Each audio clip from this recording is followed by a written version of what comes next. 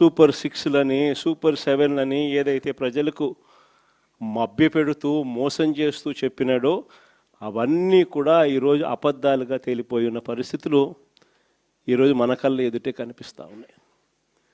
Super 6 అన్నాడు, super 7 అన్నాడు. ఎన్నికలప్పుడు అయితే మామూలుగా మాట్లాడాల. వాళ్ళు చేసిన ప్రచారాలు అయితేనేమి, వాళ్ళు ఇచ్చిన అడ్వర్టైజ్మెంట్లు అయితేనేమి, వాళ్ళు ఇచ్చిన టీవీలో యాడ్లు అయితేనేమి, ఇంటింటికి వెళ్ళి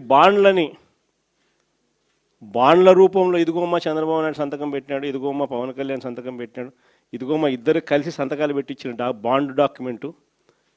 మీ ఇంట్లో ఎంతమంది పిల్లలు ఉన్నారా, మీ ఇంట్లో ఎంతమంది మహిళలు ఉన్నారా, మీ ఇంట్లో ఎంతమంది రైతులు ఉన్నారా, అందరికీ కూడా ఇదిగోమ్మ మీకు ఇంతింత రావాలి, ఇంతింత రావాలి, ఇంతింత రావాలి, ఇదిగో బాండు అని చెప్పి ఏకంగా ప్రతి ఇంటికి వెళ్ళి కూడా వీళ్ళు ఇచ్చిన బాండ్లు.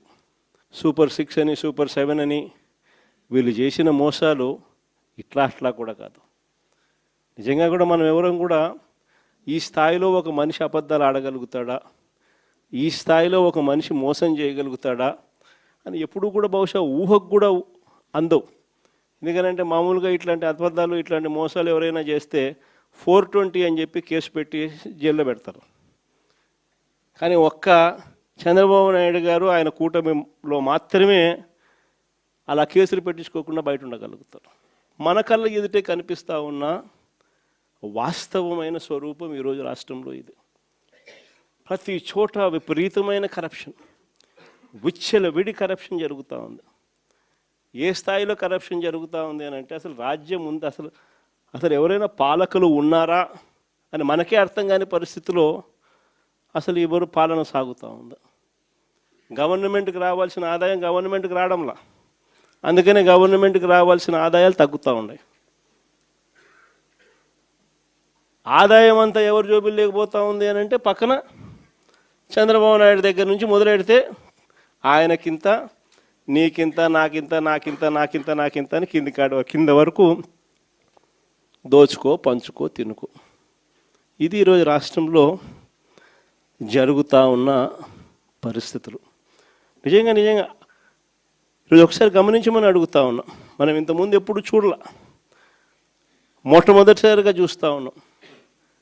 మద్యంలో మొత్తం ప్రైవేట్ షాపులంతా వీళ్ళ మనుషులే మాఫియా. ప్రైవేట్ షాపులన్నీ వీళ్ళ మనుషులే లాటరీ పద్ధతిలో అంతా వీళ్ళ మనుషులకే ఇచ్చుకున్నారు. వీళ్ళ నుంచి మొదలు పెడితే ఆ తర్వాత గ్రామ స్థాయిలోకి బెల్ట్ షాపులు పూర్తిగా విస్తరించినారు. ఆక్షన్లు పాడి మరి ఏ కార్యకర్తకి ఇవ్వాల వాళ్ళు ఆ కార్యకర్తలు వాళ్ళు కొట్టుకోకూడదు కాబట్టి మళ్ళీ ఆక్షన్లు మాడి మరి బెల్ట్ షాపులు ఇస్తూ ఉన్నారు. మళ్ళీ గ్రామాలలో బెల్ట్ షాపులు నడిపేదానికి పక్కన బెల్ట్ షాప్ పక్కన షాప్ పక్కనే పర్మిట్ రూములు. ఆడైతే ఏకంగా పెగ్గులే. అంతటితో కూడా సరిపోదు అన్నట్టుగా ఏకంగా ప్రతి 4-5 బాటిళ్ళకు ఒక కల్తీ బాటలు. గవర్నమెంట్కు మామూలుగా రావాల్సిన ఆదాయాలు రాకుండా ఎలా పక్కదావ పడతా ఉన్నాయో చూడండి. ఇసుకేమో మన హయాంలో సంవత్సరానికి 750 కోట్లు ఇసుకలో గవర్నమెంట్కి ఆదాయం వచ్చేది. 5 ఏళ్ళు కలిపి దాదాపుగా 3500 కోట్లు రాష్ట్ర ప్రభుత్వానికి ఆదాయం వచ్చేది ఇసుకలో. ఈరోజు ఇసుక అనేది ఫ్రీ అంటారు. ఎక్కడైనా ఇసుక ఫ్రీ జరుగుతూ ఉందా? పూర్తిగా దోచేసుకోవడమే. ఎక్కడ చూసిన మిషన్లు, ఎక్కడ చూసిన లారీలు, ఎక్కడ చూసిన టిప్పర్లు దోచేసుకుంటూ ఉన్నారు. ఇసుక చూస్తే రేటు చూస్తే మనకన్నా డబుల్ రేటుకి అమ్ముతూ ఉన్నారు. మన ప్రభుత్వ హయాంలో అమ్మిన దానికన్నా డబుల్ రేటుకి అమ్ముతూ ఉన్నారు. రాష్ట్ర ప్రభుత్వానికి రావాల్సిన ఆదాయం 0. సిలికా, క్వాడ్సు, లాటరైటు, మీ ఇష్టం ఏ మినరల్ అయినా ఏదన్నా వేసుకో, అన్నిట్లోనూ లూటి. రాష్ట్ర ప్రభుత్వానికి సంబంధించిన ఆదాయాలు రాష్ట్ర ప్రభుత్వానికి రావు. మొన్న సంక్రాంతికి అయితే హైలైట్. నిజంగా అసలు ప్రభుత్వమా జంగల్ రాజ్యమా ఇదే అని చెప్పి అనిపించే విధంగా జరిగింది. నిజంగా జంగల్ రాజ్యం అనేది మామూలుగా ఇప్పుడు చూసిండం మనం. నిజంగా నాగరిక ప్రపంచంలో మనం ఉన్నామా అన్నది క్వశ్చన్ మార్క్ అనిపించే విధంగా సంక్రాంతి అనేది చేసినారు వీళ్ళు. ఎంత దారుణం అంటే అసలు ఆ వీడియోలు చూస్తూ ఉంటే ఆ సోషల్ మీడియాలో వైరల్ అవుతా ఉన్న వీడియోలు చూస్తూ ఉంటే ఆశ్చర్యం కలిగిస్తూ ఉంది. మొబైల్ రికార్డింగ్ డ్యాన్సులు, మొబైల్ బండ్లలో కొత్తపేటలో రికార్డింగ్ డ్యాన్సులు, రోడ్డు మీద రికార్డింగ్ డ్యాన్సులు పెడతా ఉంటే మనుషులందరూ పరిగెత్తా ఉన్నారు. పాటలు చూస్తే తాగురా తాగి చిందేయరా అని. రికార్డింగ్ డ్యాన్సులు, దారుణమైన స్థాయిలో రికార్డింగ్ డ్యాన్సులు. మొబైల్ వ్యాన్లలో ఏకంగా లిక్కరు, మొబైల్ అసలు ఏ స్థాయిలో జరిపినారని అంటే ప్రతి నియోజకవర్గంలో ఆక్షను, ఇవన్నీ చేయడానికి ఆక్షను. మా పులివెందులలో కూడా 3 కోట్లకు కంటెస్ట్ చేసిన ఎమ్మెల్యే 3 కోట్లకు అమ్ముకున్నాడు. వీళ్ళు ఎక్కడెక్కడి నుంచో వచ్చి అక్కడ సెటప్ చేస్తారు. 9 సెంటర్లలో 8 సెంటర్లలో పెట్టుకుంటారంట. టికెట్లు దోచేయడము. ఆశ్చర్యం ఏంటంటే ప్రభుత్వం దగ్గర నుండి చేయిస్తుంది. ఎమ్మెల్యేలకింత, చంద్రబాబుకింత, లోకేష్కింత అందరూ పంచుకోవడం, పోలీసులకింత. అసలు ఇటువంటి పరిపాలన, ఇటువంటి పరిస్థితి ఎప్పుడు కూడా చూడలే. ఏ స్థాయిలోకి వెళ్ళిపోయిందనంటే ఈ జంగల్ రాజ్యం అనేది నిజంగా అనుకుంటేనే ఆశ్చర్యం కలిగించే విషయం. ఓ డిఎస్పీ అనేవాడు మైక్ పట్టుకుంటాడు, యూనిఫామ్లో ఉన్నాడు, మైక్ పట్టుకున్నాడు, ఊపేయి కుదిపేయి అంటాడు. డిఎస్పీనా అసలు ఇది ఏం మనిషి వేయడని చెప్పి అర్థం కావడం అసలు. అంటే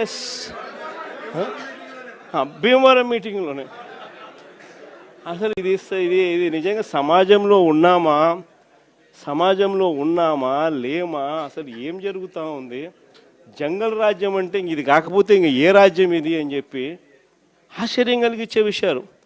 నిజంగా ఈ బరితెగింపు అన్నది, ఈ విచ్చలవిడితనం అన్నది నిజంగా ఏ స్థాయికి వెళ్ళిపోయిందనంటే చంద్రబాబు నాయుడు గారి ఎమ్మెల్యేలు, చంద్రబాబు నాయుడు గారికి సంబంధించిన వాళ్ళంతా ఏ స్థాయిలోకి వెళ్ళిపోయినారంటే నిన్న 20 పేపర్లో చూసిన కోడూరు ఎమ్మెల్యే అరవ శ్రీధర్, అదే మనిషేనా అసలు ఇది ఎమ్మెల్యేనా అని అనిపిస్తుంది నాకు.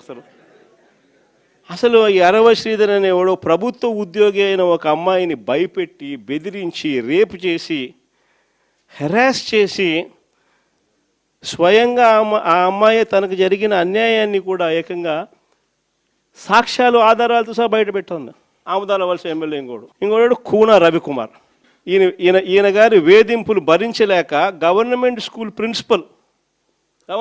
ప్రిన్సిపల్ ఆత్మహత్యా యత్నం చేసుకుంటే ఇప్పటి వరకు చర్యలు లేవు. సతివీడు ఎమ్మెల్యే కోనేటి ఆదిమూలం ఒక మహిళను బలాత్కారం చేసిన చివరికి ఆ అధికారిని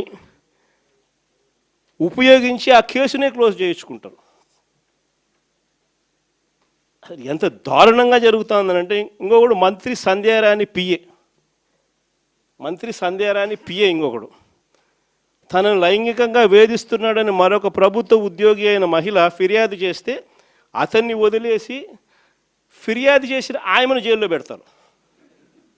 ఆయమ మీద కేసు. ఇంకోడు గుంటూరు ఈస్ట్ ఎమ్మెల్యే నజీర్ ఇంకోడు. ఈ మనిషి అశ్లీల వీడియోలు కూడా ఆయనతో మాట్లాడుతున్నాడు, ఈడు అశ్లీల వీడియోలు చూస్తూ ఉన్నాడు, ఈడు అశ్లీలంగా చేస్తూ. అసలు వీళ్ళు ఎవడు అసలు ఏ ప్రపంచంలో ఉండవు. ఇంకోడు మంత్రి సుభాష్, వాసంశెట్టి సుభాష్ ఇంకొకడు. ఏకంగా అశ్లీల డ్యాన్సులు చేస్తూ ఏకంగా చిందులేస్తానంటారు. అశ్లీల డ్యాన్సులు చేస్తూ ఏకంగా స్టేజ్ ఎక్కి చిందులేస్తాడు మంత్రి. అసలు నాకు ఆశ్చర్యంగా ఉంది. అసలు జంగల్ రాజ్యం అని అంటే ఇంకా వేరే పేరు ఏమైనా ఉంటుందా ఈ ప్రభుత్వంలో జరుగుతూ ఉన్న పనులకు?